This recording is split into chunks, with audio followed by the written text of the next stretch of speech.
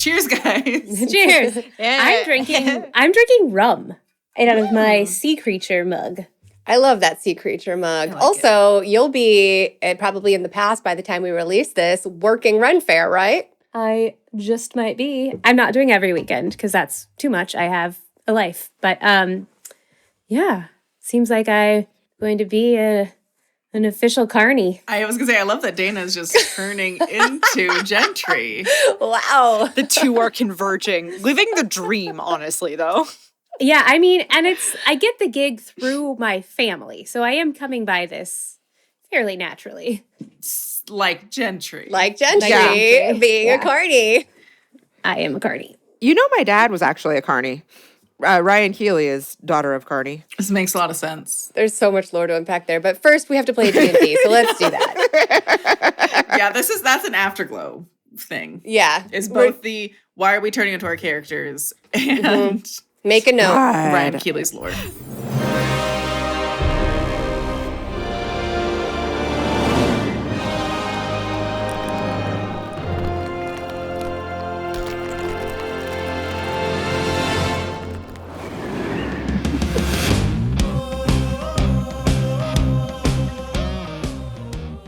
Welcome back to I Seduce the Dragon.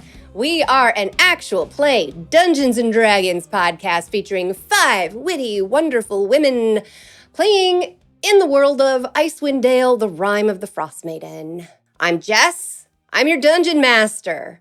And I have this week's Icewind Dale breaker before I throw it to the players for introductions.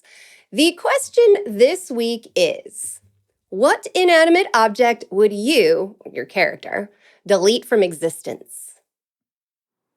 My name is Ryan Keely, and I am really starting to resent always coming first in these. I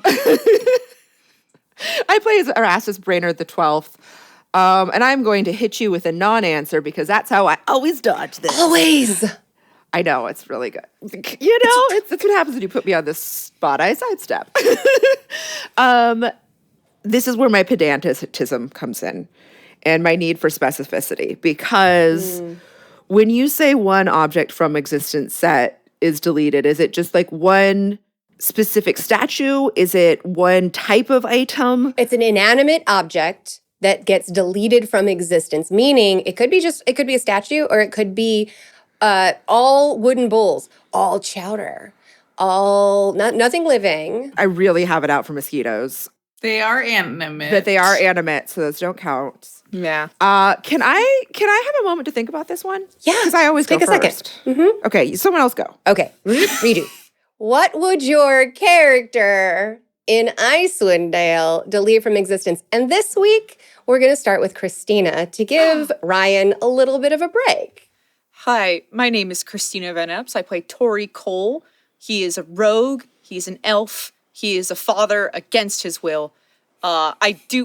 He fathers against his will. He was willing as part of the fathering process, but he didn't want to be there for the raising of the children. The sex was consensual, the child was not. Correct. Well, the childhood was not. I didn't realize we were a red pill podcast now. You take that back. You take that back, Flanders. I just want to play a wholesome deadbeat father in this fantasy world. And the one object that he would remove from existence, God, what would that be? It would probably either be something that he personally hates, or he would want to get rid of to spite someone else because it would be funny. There's nothing that's immediately coming Is to this one mind too other hard? than I can choose a different question. I have answers, and I'm very excited about them. I can do an answer too. Do we want to? All right. Yeah, I also Let's need to think. retransition. Let's retransition. And this week we're going to start with Dana to give Ryan a chance to think for once. I say keep all of these in. I'm Dana. I'm playing Gentry Rose Bitter Creek Dumont and the Hearthkeeper. New brand. And if Gentry could delete one inanimate object from existence, it would be, it's actually like the void of something. It is a non-standard size doorway that she might run into as she's leaving a room or turn to quickly and her tits hit.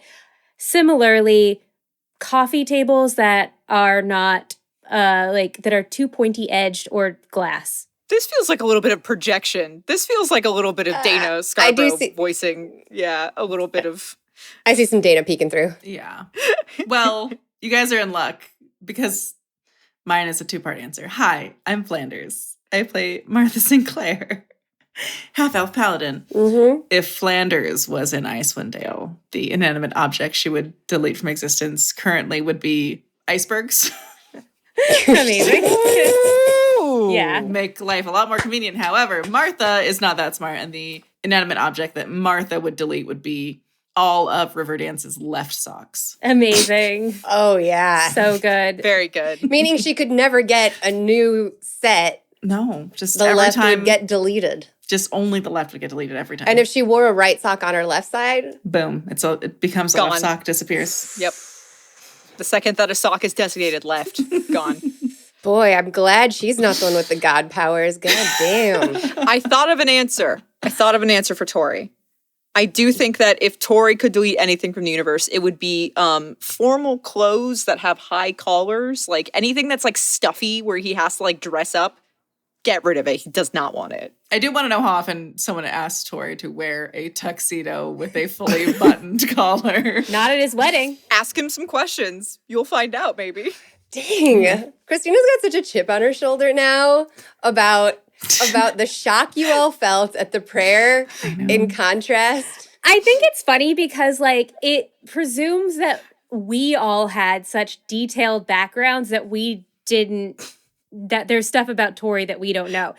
Cristina is giving all of us, I think, a lot of credit on this because I do feel like we probably assume we know more about Tohri than we know about ourselves. I mean, that's for sure in Erastus' case. That's probably true, actually. My name is Ryan Keely. I play as Erastus Brainerd the 12th, a satyr artificer. I think, I'm just going to have to go with the word that keeps popping into my mind of what Erastus would ban from existence is pants, because he is a pantsless creature because he has built-in pants, that there is either like a disdain for people wearing pants because it's like, why would you bother? That's ridiculous.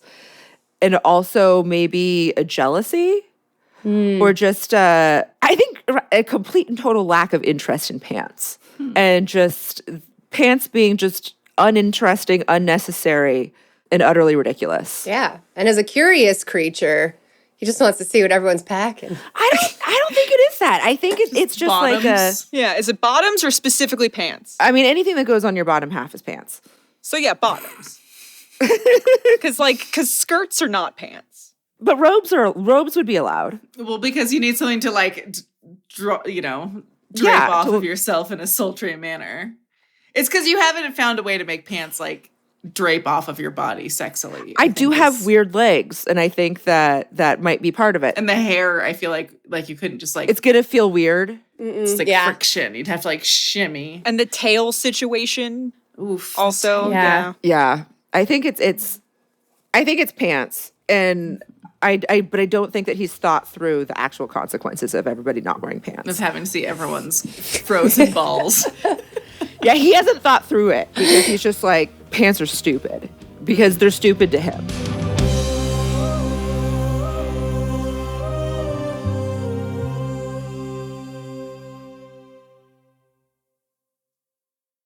Last session was very nearly a bottle episode, or a tent episode, as the case may be. Gentry and Erastus tried to use Gentry's god power to dreamwalk into Schalty's dream. Why is that? Because they know the goddess Umberlee visits his dreams and they want to ask for her help.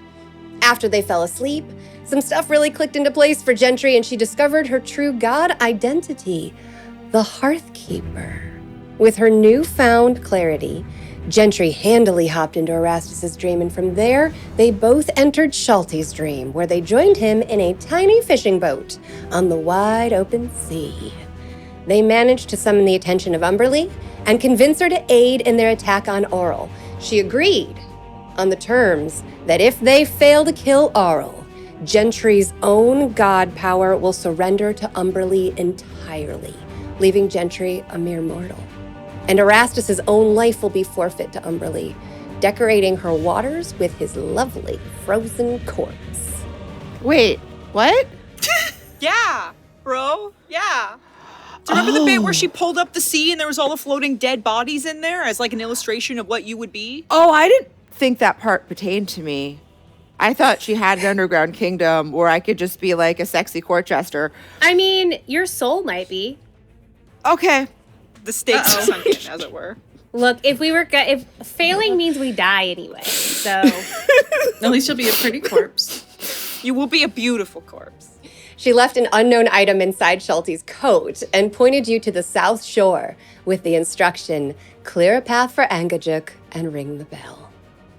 Gentry and Erastus woke to 3 feet of snowfall, and at 6 a.m. they knocked on Schalty's door. They managed to obtain the item from Umberlee without him knowing, and are seated around his fire, being polite guests and making small talk. So, let's pick up in the fortress, where Tohri has been awake for a couple of hours, and Martha could rise at any moment.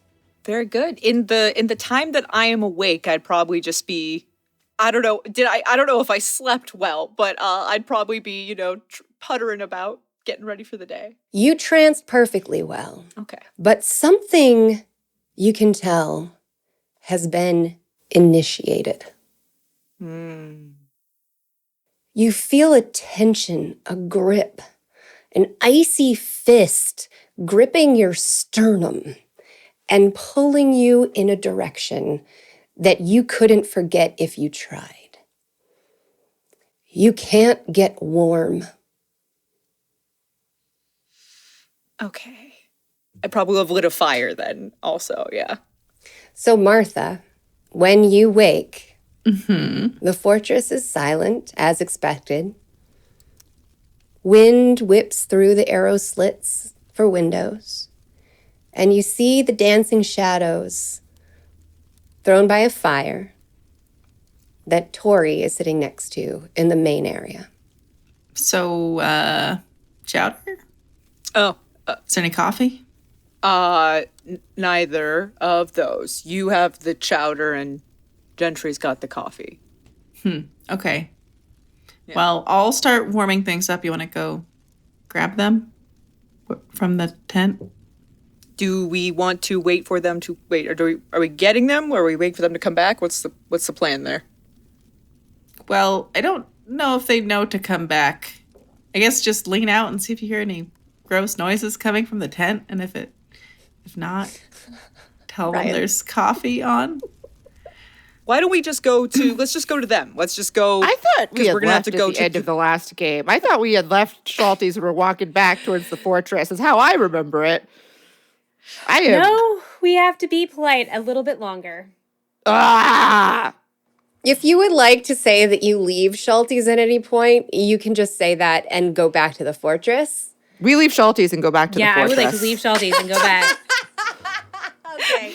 All right. You two do not appreciate Schalty. It's actually a good thing that this is like how the groups worked out, because Cristina and Flanders would still be in Schalty's. We would have moved in. We would absolutely be living with Schalty. We'd be asking Schalty so many questions. Like, tell us about your whole life, Schalty. I want to know everything about you. Do you have a brother? Is he single? Here's the thing. What? No, we could share him. We've been looking for a third.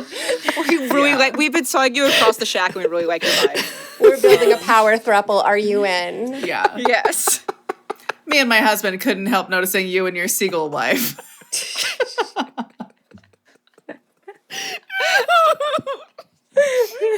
Absolutely.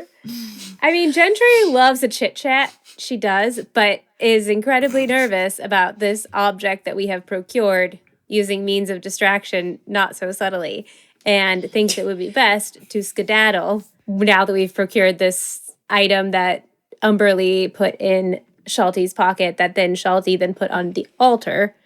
So it all went medium good, and that's the best Gentry thinks we can get away with and wants to go as quickly as possible with this thing that we have. As Erastus, I am marching through the snow. confidently and at a casual pace. Through 3 feet of snow. It's 3 feet of snow is not that bad, and particularly if you have fur pants. And when it's that cold, it stays soft and You just fluffy. kind It's of, just soft and powder. fluffy. You just kind of have to just whistle through it. Have you guys ever walked through 3 feet of a ball pit? Yes. Jess, do you think I haven't walked through 3 feet of fucking snow recently? I'm just saying it's not. Walking casually is not what you do through Trudge. You would hip trudge. high Is it- It is a jaunty trudge. at a casual It's just- pace. I do feel like with the smaller legs and the little hooves, like, have you ever done that thing at the La Brea tar pits where it's like tar and there's like the big elephant size foot and then like the little like deer size foot? It's like, wow, the deer size foot is so easy to Yeah, I get just through this shuffle through material. it, and then I have the fur, the fluffiness to help displace the snow. Oh, do you get little snowballs on your fur? Absolutely. I have snowshoes. And I also actually do have snowshoes in So- my kit. Yeah. Okay, all right. I'm sorry. I regret going into such deep detail on how you No, we walk. have to spend another 15 minutes I talking just about wanted to leave Schalty's and walk back to the fortress so we could get this goddamn game going, Jess. And I you're own it. coming I up own it. with I'm sorry. questions. I'm sorry. Moving on. Do we run into each other mid-path? I think that you guys woke up earlier than Martha did, let's say. Okay. So we are still at the fortress when you arrive. I walk in and I stamp my little hoofsies and shake off the snow, and I reach into, where did we put that item, Gentry? You put it in the thing that I don't know what the name is, but it's like It's in my sporum. So I am shaking and shuffling and also jumbling my what looks like my junk, but it's actually my crotch fanny pack, and then I pull out the item and present it. What's that? In Erastus's hand is a small, round piece of thick parchment. I open it up and read it. It's not something that you open.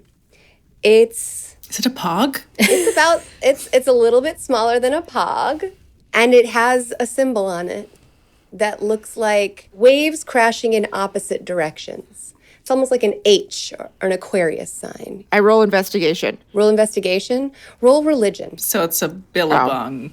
It's a billabong. Yeah, it's a billabong pog. Good morning to you both also. morning, Tohri. Glory upon the item I have procured, Tohri. I have a 10, so I can only tell you this about it. She hands you a paper pog with a half hurley. Also, we have Spen with us. Yeah, he walked in last and closed Yeah. the door behind you. A 10 on the religion check. With a 10, you recognize that symbol to match the symbols that you saw on the shrine that in Schalty's shack.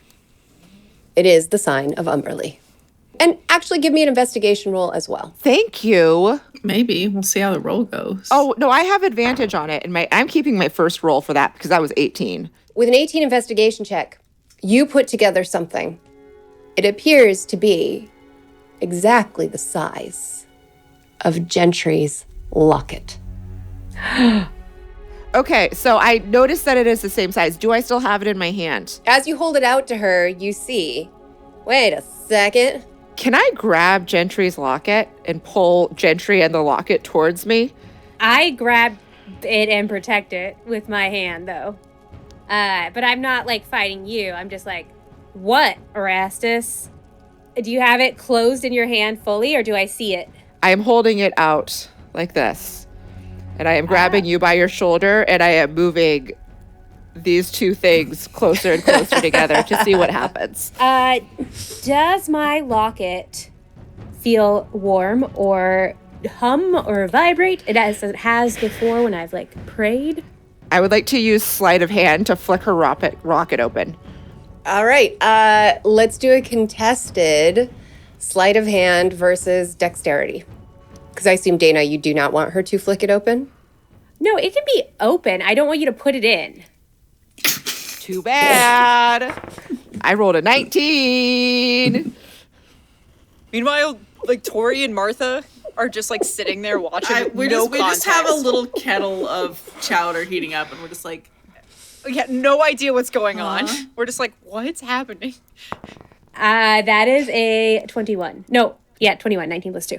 convenient. Very convenient. You can prevent her from flipping it open if you want. I say, what? I can flip it open. What? What? Open. It's the right size. I've never put anything inside of it before. I don't know what it means to do that. Hey, what is it? What is it? What's with the pog? It's a gift from Umberlee. We met Umberlee. So it worked. Yeah, she's a babe. Okay, so you were successful. Why didn't you say that? You just come in here fighting over jewelry. I presented an item. We don't but you didn't explain what it was. You just said, look at this, and then you start grabbing Gentry. So Yeah, I haven't listened to last week's episode yet. What's the context? That's actually perfect. On the Patreon, we have a best friend by the name of Richard Lamont. I was told to do a French accent, but I can't do that. Sounds like a very romantic name. I'm just saying, Richard Lamont. Richard Lamont. Lamont could be a lover. Richard Lamont. Richard Lamont. It's fun to say. This episode is for you, and I'm very happy you're one of our best friends. All right, here's what happened. We did the dream thing. It worked. Sven was not there. I went into Erastus' dream, found Erastus, then we went into Schalty's dream, and then Umberlee was there, and she's magnificent. Mm-hmm. We were able to talk her into helping us by giving us passage, we believe, with a creature named Angjuk. We need to clear a pass for Ungajuk, but we also got this sweet token that's exactly the right size as Gentry's locket. Oh. Might I remind you, the last time we found something that exactly fit in a hole, it collapsed the pocket fortress and allows us to travel with this sweet-ass palace. So I feel like in the laws of this universe, if it fits, we sits. Okay. I feel like it's like, this is one of those like to a man with a hand where everything looks like a nail, and it's like when Erastus sees a hole, he needs to fill it. I am rolling something. Why don't you tell me what you want to do? I want to put the thingy in the locket. Ask Gentry then. Gentry, can I put the thingy in your locket? No, she's already denied me. Gentry doesn't let me do fun things without arguing with me about it. You know about the Gossiper's Diary. You lunged at her locket, her literal most prized possession. Oh my God, whatever. My locket is protecting me from the other gods finding me. However, Umberlee already knows where we're at. So I thought it was Aurel protecting you from the other gods finding you. It's gonna click in and it's gonna be so satisfying. well, no, my amulet also is protecting me from being found Be as well. Found in what way? They cannot get us in the Aurel Dome, right? Yeah, but outside of the Oral Dome too, they can't get me because of my. Okay, but we're Thing. not outside the Aurel Dome. Yeah. This is all I know about it. What's an Ungajuk? We don't know yet. Will we know an Ungajuk when we see one? I hope so. Because we're supposed to find We gotta clear a path for it, so it sounds big. him, it, they, her. A creature? Everyone roll history. Perfect intelligence. Oh, that's a 3. 6. I'm gonna use a spell here. 8. Yeah, because I rolled a 9, and I don't like that. Bitches, baby, we're back. Hold on, can Sven roll? Can Sven roll? Did you even invite Sven? I'll give Sven a roll. Thank I'll give God. Sven a history check for you. He's gonna get a nat 20. The son of a bitch. Martha also has lucky. I think that only works on saving, doesn't it? Not It's checks? D20. Any D20 roll you can choose to re-roll 3 times a day. That's pretty fucking lucky. Let's try this one more time. I'm not gonna waste any more. That's a 10. I'm gonna give myself a +3 with my flash of genius to get me up to a 12. What's his Sven roll? Sven rolled a 14.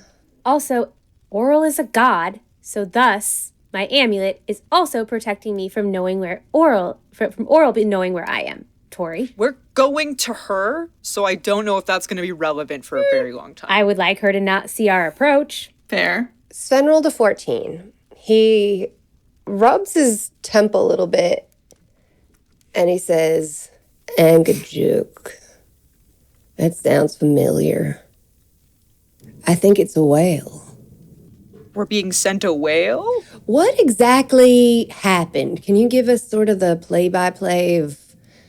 You didn't even tell me, really. We busted into Schalty's and did some shenanigans, and Oh, Schalty shenanigans. Sorry. he seemed thoroughly unbothered. Gentry walked into my dream, and we walked through my dream into Schalty's dream. And in Schalty's dream, Schalty was in a boat singing a fun limerick about Umberlee, and fish were falling into his boat. He had a note in his pocket, and when he took out the note, I read it repeatedly, and Umberlee was summoned, and she was 30 feet tall and glorious. I convinced her that it was in her best interest for us to head to the Isle of Solstice to take on Arl, to help her seas flow freely again. And after some charm and some deals, we made some deals. She was convinced to give us. She said she would give us passage. And then she spoke in riddles. So we have passage to Isle of Solstice, but the only directions that we were given was clear a path for Ungajuk and ring a bell. Wait, Erastus, you made a deal with this god? Yeah. What kind of deal? What did you promise her? I'd be her fancy man if we failed. In what capacity? What does that mean? I'd belong to her. Oh, Okay. okay. Like a little pet? Hopefully. She's gorgeous. Like you sold your soul if you don't kill Arl. Correct. You both sold your soul. I actually only sold my godhood. I'm sorry, have we learned nothing? It's, we're not gonna fail, so I'm not worried. And I love it when tall, beautiful women tell me what to do. Yeah. No, that's actually perfect. Makes perfect sense that we're not going to fail. Yeah. Because you're with me and I never fail. That's also what I was thinking. We're a team. We're an amazing team. Failure is not an option, so it was not a concern. I look at Sven and I give Sven like a silent look, like they're always like this. And then to the rest of the team, I'm just like, is Ungajuk the passage? Is he our ride? I hope so, because that would be amazing. Well, Sven, how do we clear a path for Ungajuk? I don't know. I can't. So this token that we have is also part of what happened was at the end of this discourse with Umberlee, who is about 30 feet tall, with a dress of swirling fish, magnificent. She tapped old Schalty's lapel, his pocket, and put this thing in there. And we scooped that up this morning when we had coffee with Schalty and Cheryl. They say to tell you hello. Well, Schalty does. Cheryl can't talk. Well, yes, she can. She communicates. Yeah. It's just like, ah! It's more like, Yeah, I forgot.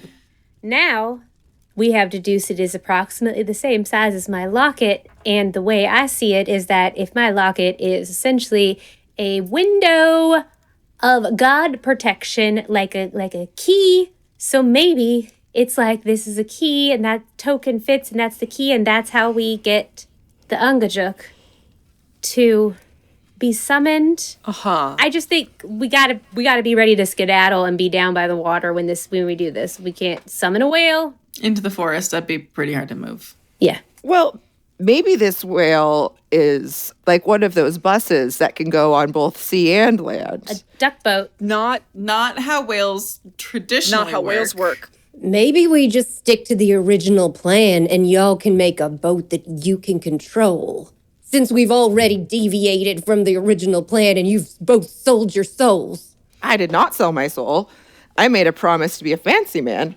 And then I remembered that I have an Umberlee tot. Sven, I do think that would be incredibly rude to Umberlee at this point if we were just like, I think we can do better with our boat. Amazing. Ryan fucking Keely. Whatever they did, they've already done it, and they're not gonna undo it. Well, then they can figure it out without my help. Well, wait, did you guys make any promises about our souls? No. Or just the two of you? Okay, well. No, have you guys made any promises with your souls? No? No. Insight check on both of them to see if they have made any steals with their souls. Not metagaming at all. Dana. You know what? It's within character. I, as Gentry, would like to really see where the faith of my friends lays. Okay. 17. 21. 22 to deceive. You don't have to announce whether you're deceiving or not. You could be persuading. I rolled a 21 on something. Oh, I should have gone persuasion. I've got a +8. That would have been a 25 on persuasion. It depends on whether you're lying or not, what you use. I'm just trying to ascertain if I think that they're being untruthful about where their faith lies. Well, you get nothing from me.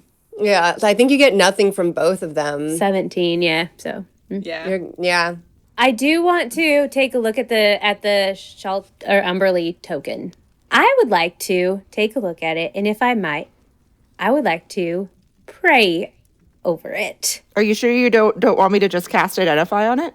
Yeah, you could do that too. Okay, I'm gonna do that. But I would like to use my divinity and take a little moment to silently pray over it and see if I get any feeling from my grandmother the traveler or any sort of divine guidance over whether or not there's any dangers to slipping this in the old locket. Erastus cast Identify. Gentry roll Religion. So, Erastus, you learn that this item can only be attuned to by a god.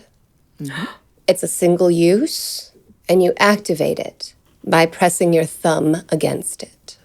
Dang, oh dang, do I feel vindicated, y'all, because from my spell that I just cast, this little doohickey can only be attuned to by a god, and good thing we've got a semigod right here. Do we round up? We're going to round up in this case. Okay. All right, cool. Hope it works. It'll half work. It's one-time use only, and it works by pushing your thumb. Puss it with your thumb. Oh my. So I feel like my instinct to shove it in Gentry's locket was just, See, I am in my moment. I am discovering my main character. What does it do, though? Dana, what did you roll? 11. So, not great. With an 11, you know that this item will give you additional god points when you activate it. Oh. You know that it will give you a temporary divinity bonus. Gentry is actually mostly hesitant because it's not an actual Umberlee boob. It's a kind of a tit-only situation in her amulet, and so it's... Compromises on compromises. I mean, maybe that is the third tit. I don't know if you can show that on YouTube. I don't think you can. I think we have to blur that out. We'll blur We it. have to blow it out, yeah. We'll blur it. As a suggestion to Jess, can we have some just average looking gods? I feel like it's pretty unfair that so far they're all hot. Thank you, Flanders. Yeah, as soon as y'all stop being so horny that it takes hot people to get you to engage. Oh, okay. Well, That's true. I was running out of Schalties. we had a good run. I was like, oh, gross.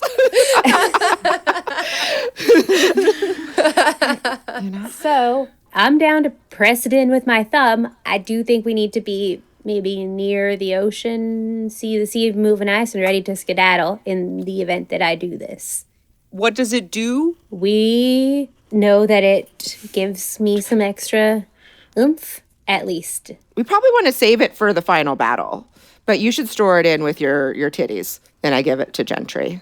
Yeah, I feel like Umberlee gave it to us to use probably whilst on her seas. I feel like we stole this.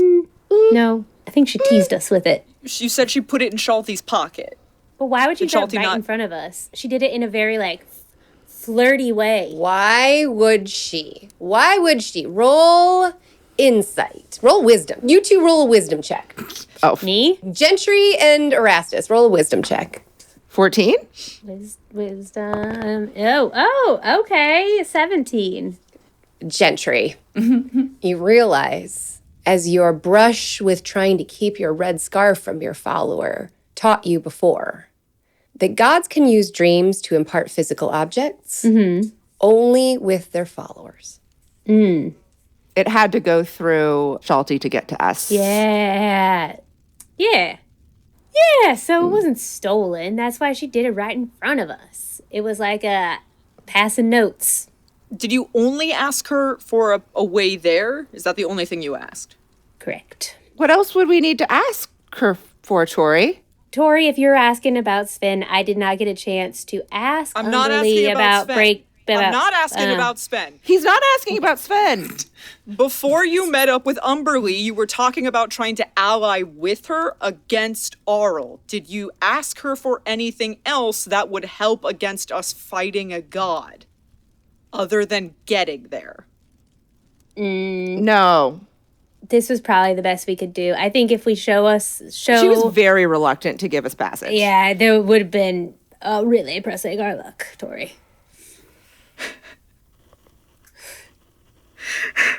Okay.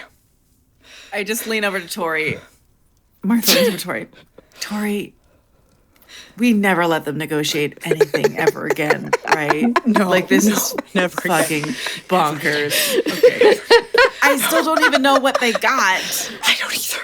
Other than a fucking attitude problem. I don't know what this weird shit they're asking us. I think we're going to get eaten by a whale. I think that's what's going to happen. I think we're going to get eaten by a whale. God. Okay. We were promised safe passage. On what? Does safe passage mean we're riding the whale, or does it mean the whale is guiding? She didn't clarify. It was a dream. We got to let go and let God. It's called faith, Tohri. It's called faith, Tohri. We got to trust. It's called faith, Tohri. I think we gotta trust. We did specifically ask for a boat. So And did she say, here's a boat? No, she said clear a way for Ungajuk and ring a bell. okay, why don't we roll the coin, see if we get a boat? We could buy this fishing boat, but I do think that she promised us safe passage, no whatever thing. There are so many more ideas that I have. First of all, we still have the horn to call that giant. We have not considered A, how deep is the water, and B, can giants swim, and C, if your giant friend would swim us to the island. That's an option. Also, The answer is no, they can't swim. They're mountain folk. that's bullshit. Also, I want to know, Tohri, I have not brought this up because I have manners, unlike Gentry over here. I've suspected for a long time the reason that you were an absentee father was because you were doing time in that prison up the coast. And if that's the case, I want to know, A, how do we steal a transport from the prison? Because we got transports going up and down this coast.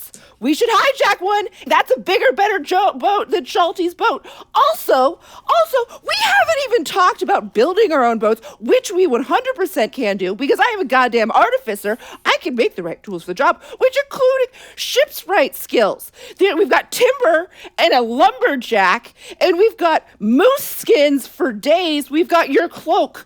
I just stressed Sven. We've got your sleeping bag. I gesture at Flanders. That is enough skin for us to make umiaks. We have options, and no one has taken them seriously or considered them. Were you in prison, Tohri? No. No one has taken them seriously as she adjusts her blue wig. I've never been to prison. I've never... I didn't... Wow, so you really are just a bad parent. I was really hoping that the reason that you ditched your children was because you were being polite about doing a bit in jail. Wow. Sorry to lower your expectations even further. I offered to build a boat. You want me to do that? I did offer to do that. Let's build a boat. Cool. Sven, let's go cut down a tree. I need more than one. You can do that and then you can dick off, you know? You don't have to come with us because you hate the fact that they sold their souls to God, and I'm fine with that. You can cut down a tree as a parting gift and then leave with clear conscience. How about that? He stands up. He walks over to you all. He gives you an icy look, Erastus, and he walks out the door, unslinging his axe. See ya. Be back in a bit. And I follow him. I'm assuming that Erastus is between us and the door because they came in and started talking while we were sitting at the fire. So, if allowed, God, I would like to try and pickpocket it from Erastus as I walk past him. Okay. Erastus, what is your passive perception? My passive perception is 10. And your passive investigation? 13. Beat a 13.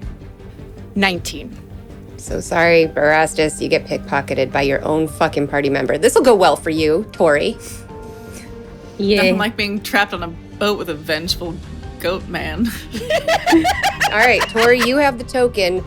Erastus, you are none the wiser. Yeah, and actually, I have survival skills. I might be beneficial. I'm gonna go help them, and I'm also just like, I feel like we've now divided the party into people who have sold their souls and people who have not. So I'm gonna go. I mean, technically, Sven's also sold his soul. Sven sold his True, soul. but he regrets it. So I can sell my soul. Just your godhood. Yeah, which I just found out I had. And also, I am 100%, it's not even in the realm of possibility that we fail. So, no, there's no way that this, How do you figure? Her because, confidence is just that powerful.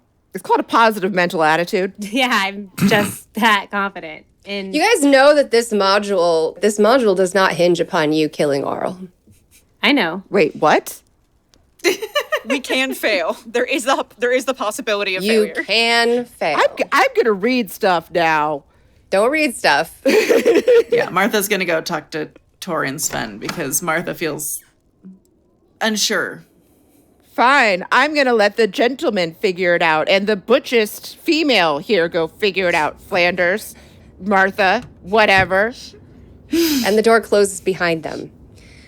In the freezing, dark wilderness, Sven marches towards the closest forest. I will lengthen my stride to catch up with Sven, and as I come up beside him, I'll say, before I go through the trouble, and I will show him Qual's feather token, we might as well try it before we put in the effort of making an actual boat. I think we ought to hedge our bets, and there's nothing wrong with blowing off some steam right about now. And he picks up his pace. Sure, by all means. Martha says for the bees and just kind of floats to keep up because I feel like that'd be faster than walking in snow. 100%. So I'm hovering after them. Sven finds a tree and starts hacking at it. Can you honestly just say that you're like, what, did you expect better? Like, what's up, my guy? After the reaction that y'all had to me selling my soul, the way you feel about Asmodeus, hack. Yeah, I thought you would be smarter than to sell your souls to a god, hack. Well, yeah, we are. Oh, hey, Martha.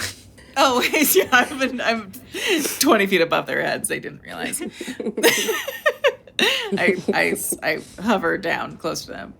Yeah, no, I'm not mad at them because they're prone to this sort of thing.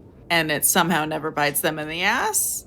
I still think it's stupid and that they don't know what they did, both in terms of the selling of their souls and whatever the hell happened in that dream, because I still can't quite figure out what happened and I don't know that they know. And it's all very confusing. So anyways, do you want me to make sure this tree is I can at least make sure the first 30 feet of the tree are good? Is there anything I should like out for? Like pine borer beetles or anything? You want to go see if there's a raccoon or something living in it just in case?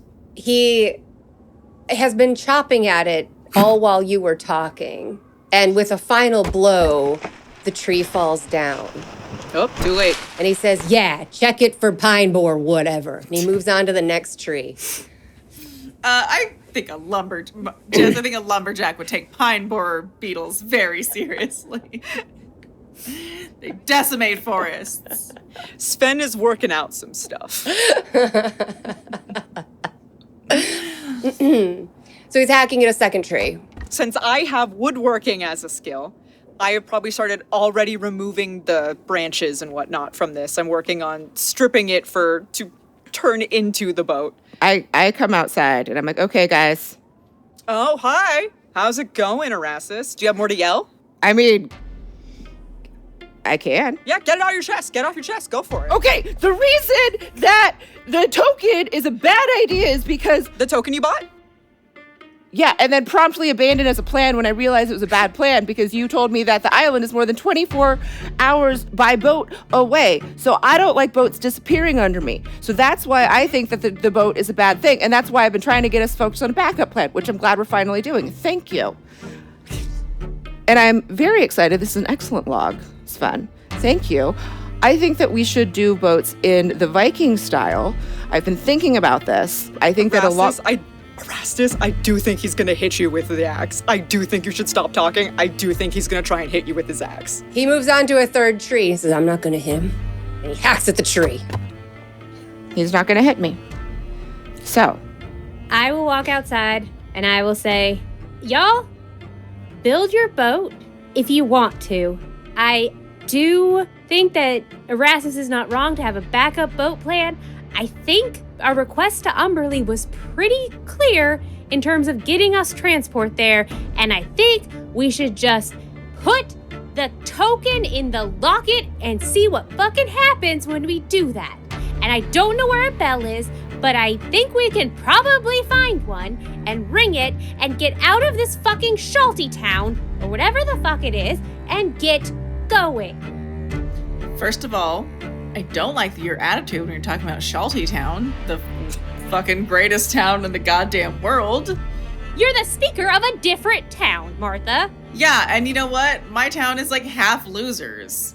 And Schalty Town is 100% fucking kick-ass people. Secondly, one bird that a witch turned that used to be human. Cheryl is a person. She's still people. Yeah. Cheryl may be in a seagull, but Cheryl is a person and Cheryl kicks ass. Anyways, secondly, I do believe your request for transport was clear. It sounds like the response was unclear. I think we just need to give it a whirl. Isn't the locket, or the thingy, the pog, a one-time use? Yeah. So? Okay, so what if you're supposed to clear the way for the whale and then get there and then push it and it's a fucking oral killer and you do it here and they accidentally kill Cheryl? Do you want to risk that? Because I could never do that to Schalty. or Cheryl. Or Cheryl. I haven't fucked either of them. Not yet. I smacked Sven playfully in the chest. He looks at you indignant. And I give him a wink. Jesus. Sven, I do have to say, if you kill Erastus, I do think this would count as failing, and then his soul would be forfeit. Oh, I'm not gonna kill Erastus. He's done that for himself. Well, I would like to head south. So if you guys are gonna head south and try and summon the Ungajak whale. I've been the yelled whale. at to make a boat, so I'm making a boat. We're making a boat. You guys can make a boat. I'm gonna go talk to Schalty, I guess, again. Schalty, I'll go with you. I love Schalty. This episode was brought to you by Quantic.com. Quantic Bank is a fully digital CDFI bank that is basically all the benefits of a credit union, but you can be from anywhere.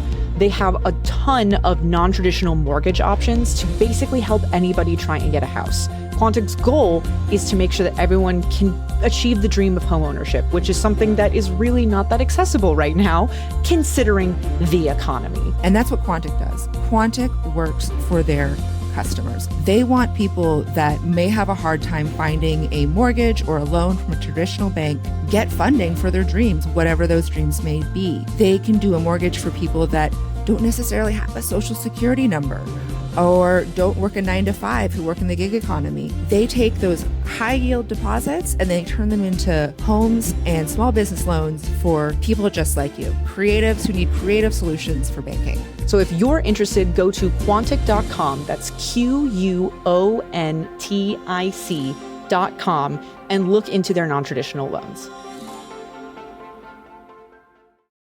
Gentry and Martha, you arrive at Schalty's door. Nope, I push you anyway. Martha knocks excitedly.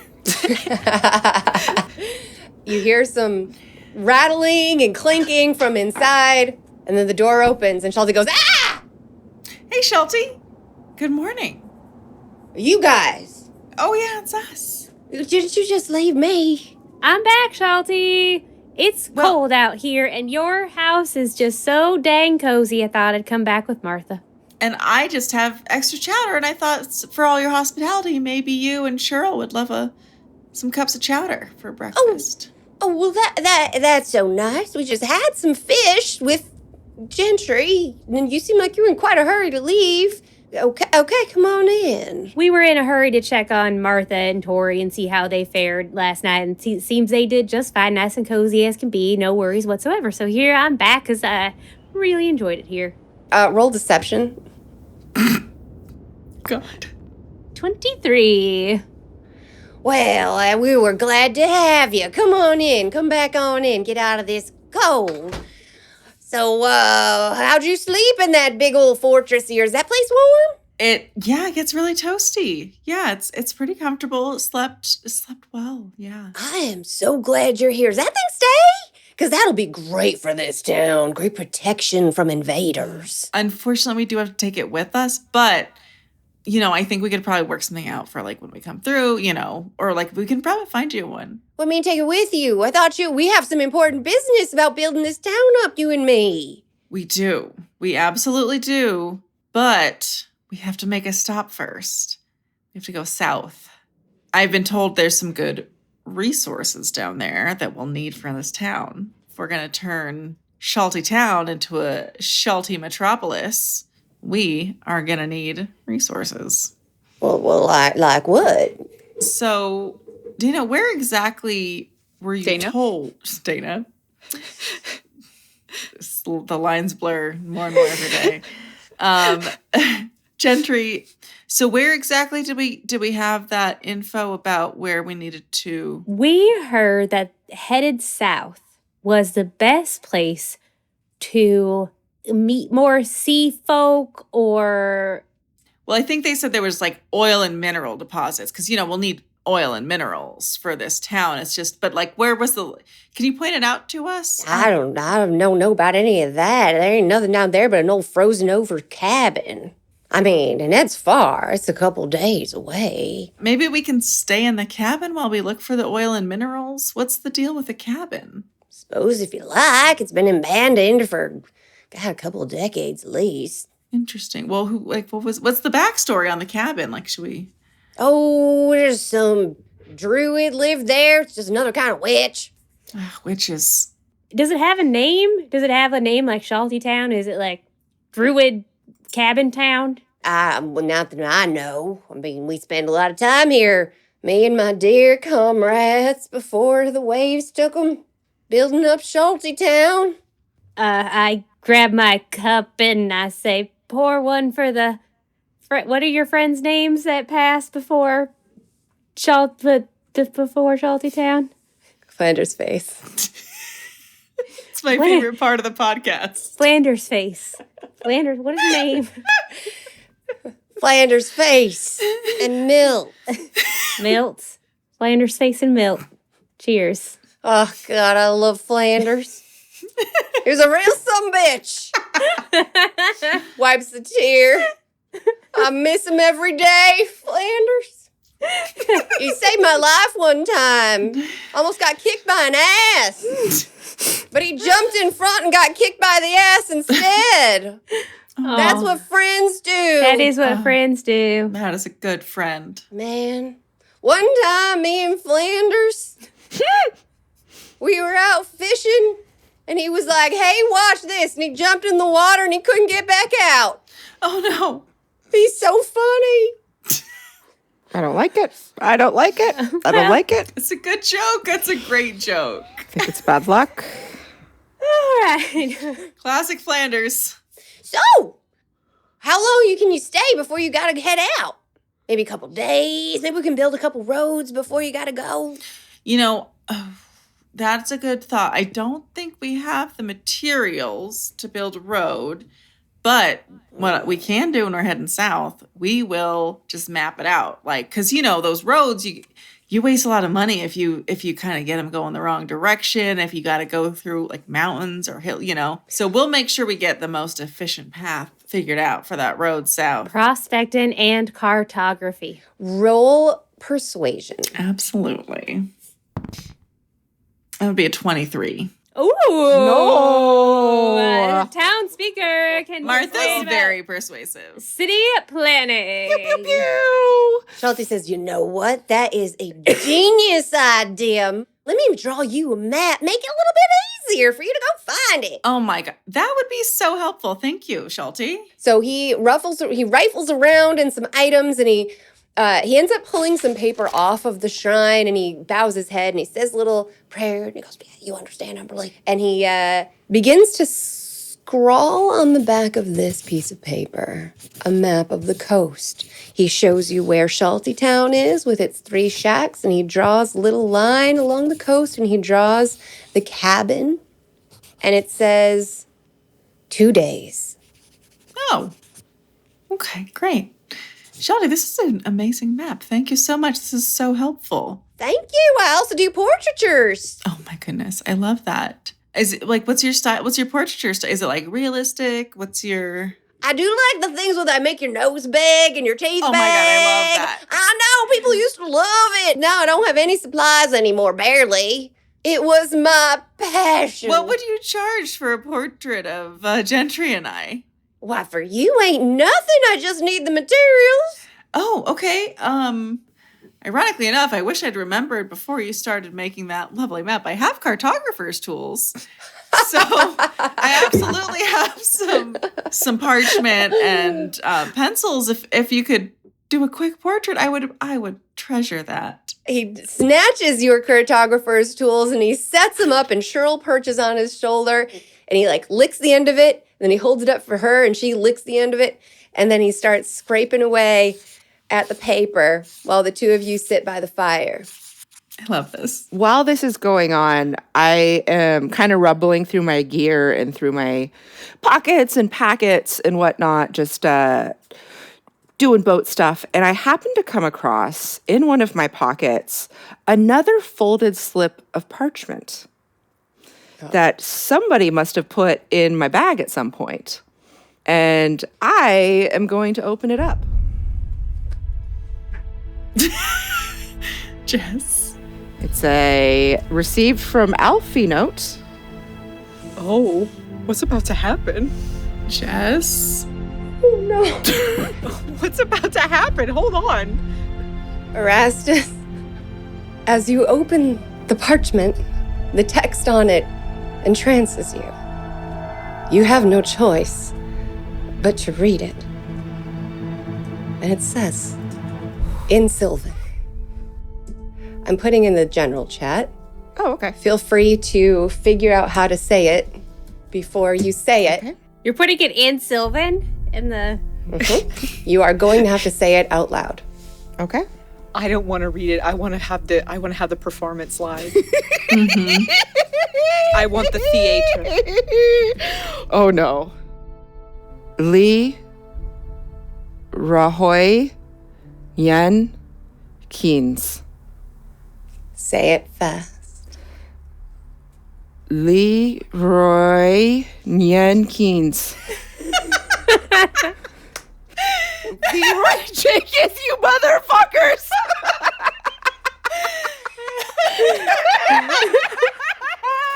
And a golden portal opens before you.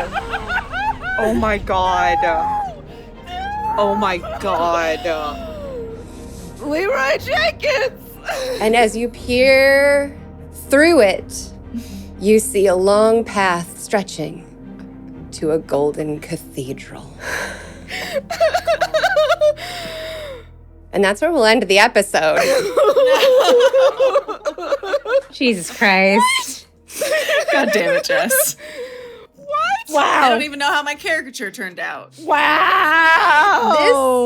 Is an encounter I wrote a year ago, Oh my god. and it's a deadly one. Oh my god. This is such an inconvenient time to kill Erastus. Could you imagine? Can you close the portal? Sorry. Girl. Close it. Are you using toilet paper as a napkin? I just like crinkle, crinkle, crinkle, chopsticks, rum, toilet paper. Do you remember those videos you keep sending us on Instagram of the type B friend? Yeah. Yeah. It's you, Dana.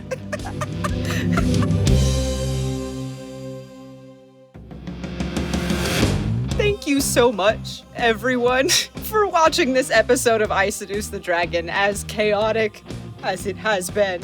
We would invite you to like and subscribe and follow the podcast, because how else are you going to find out how this resolves? You can follow us on a variety of social medias. Does anyone want to hop in, tell them what our social medias are? We are ISTD Pod on almost every platform. if not every platform. We are on TikTok and Instagram and Blue Sky. We're on Threads. Yeah, and YouTube. And you can also find us on Patreon, where you can subscribe for $5 and become our best friend. And you can also get extra special bonus content. I know. Sorry, I was like, retake that one. I need to redo that one for sure. Yes, please. We also have a Patreon where you can subscribe for $5 and become one of our best friends, and also get access to extra special bonus content, which is our lovely Afterglow hosted by Ryan Keely. Come back in 2 weeks. Find out how this ends. Thank you for listening, and we'll see you then. Thank you, and may the Hearthkeeper remember your name.